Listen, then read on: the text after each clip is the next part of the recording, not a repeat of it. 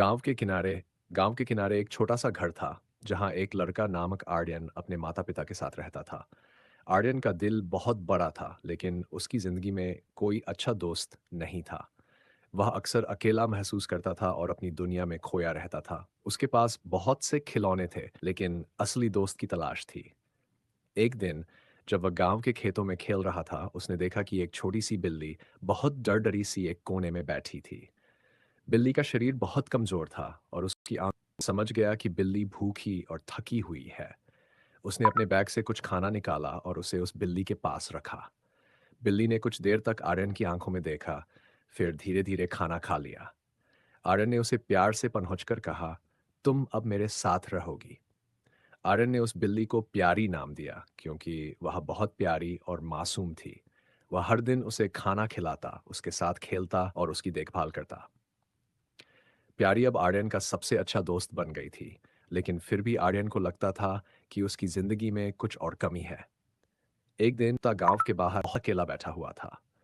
वह कुत्ता बहुत बड़ा था, लेकिन उसकी आंखों में भी वही दर्द था जो आर्यन ने प्यारी में देखा था। कुत्ता काफी डरता डरता हुआ लग रहा था, जैसे उसने पहले कभी किसी इंसान का साथ नहीं देखा हो।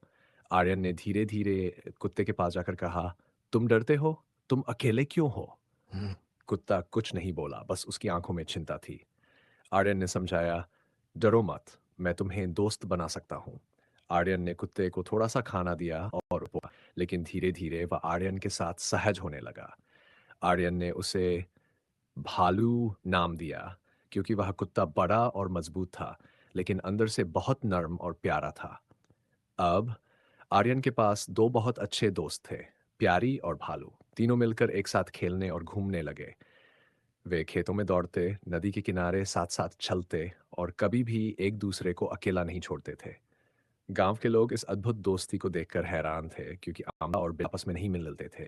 इरा लेकिन आर्यन ने उन्हें यह सिखाया था कि दोस्ती और प्यार से कोई भी भेदभाव मिट सकता है। समय बीता गया और आर्यन, प्यारी और भालू की दोस्ती और मजबूत होती गई। वे गांव के हर कोने में खुशियां फैलाते। हर दिन वे एक नई जगह पर जाते, नए स्थानों पर खेलने के लिए।